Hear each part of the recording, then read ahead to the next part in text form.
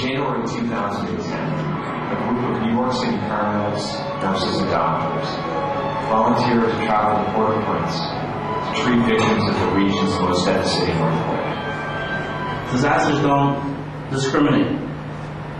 They will affect those in power. They will affect those that are living in communities that are less than fortunate. And you'll see some of that shortly. So far, the World Bank has estimated there's been about $14 billion in damages in Haiti. We're talking $14 billion for a country that has a gross national income per capita of $1,000. So if that doesn't tell you how much of a long road to recovery this is going to be, let me tell you, it will be a very long road. The earthquake occurred on January 12th. We already had a 3-person assessment team out there by the 15th. The reason it took that long, unlike other missions that are actually run by DOD or other military organizations, we had to go through regular commercial flights. So we couldn't get that military flight over right away, so we had to go through other means. You can see here some of our paramedics and nurses taking care of a child. This is our physician assistant taking care of wounds that were improperly healed, slowly healing. For many people in Haiti, even in the throes of a natural disaster like this, it is just that suspicion of another group of people from the outside coming in under good intentions again. And if you don't understand this, and you don't understand the background of the countries or the neighborhoods that you go to as an emergency management worker, you can make some very, very serious mistakes. Get to those that are in the remote places of the event. Those that we know will not be able to go to the hospital. Those that we know that will not get seen by the large organizations. What's the main mission of the New York City Medics? And as you can tell by the name, the majority of the people that started it were paramedics. The main mission of this organization is to provide emergency medical care to those that need it most after a disaster. Some of you may forget that last summer Haiti was hit by 4 successive hurricanes and tropical storms. So the country wasn't doing very well to start off with, and after last summer was doing even worse, and then this earthquake happened.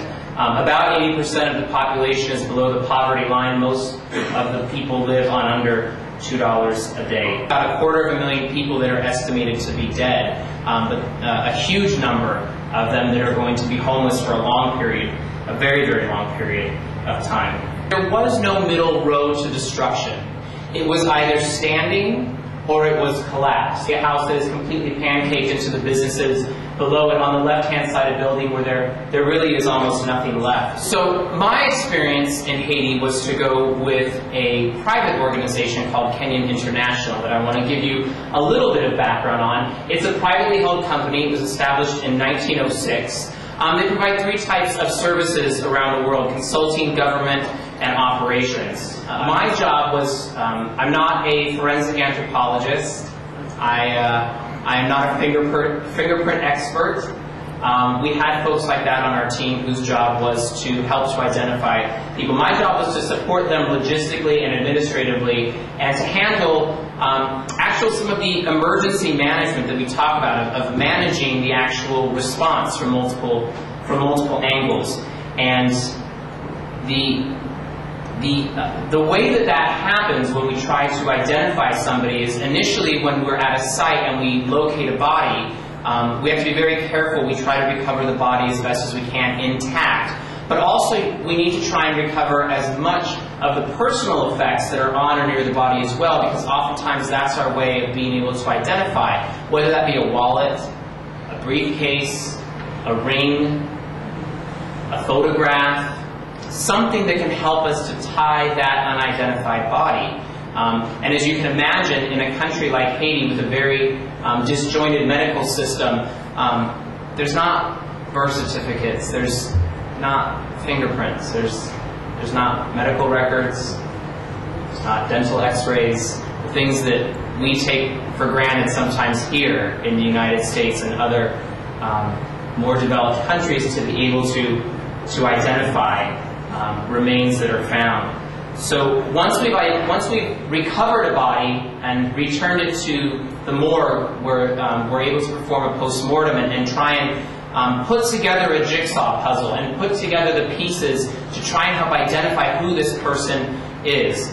Because if there's one thing worse than telling someone that you can't return their loved one to them, it sure as heck is returning the wrong person to them. And I come back today, I don't have anything to complain about. You know, there's a lot that we complain about, and I don't have anything to complain about. And I encourage everybody today to walk away from this presentation with a happiness in your heart for the life that you have, a love for the people that are around you, and a desire that if you join this program or go into work, that you choose to give back in the way that we've seen so many people in this tragedy and hope for the future. So thank you very much, and I appreciate it.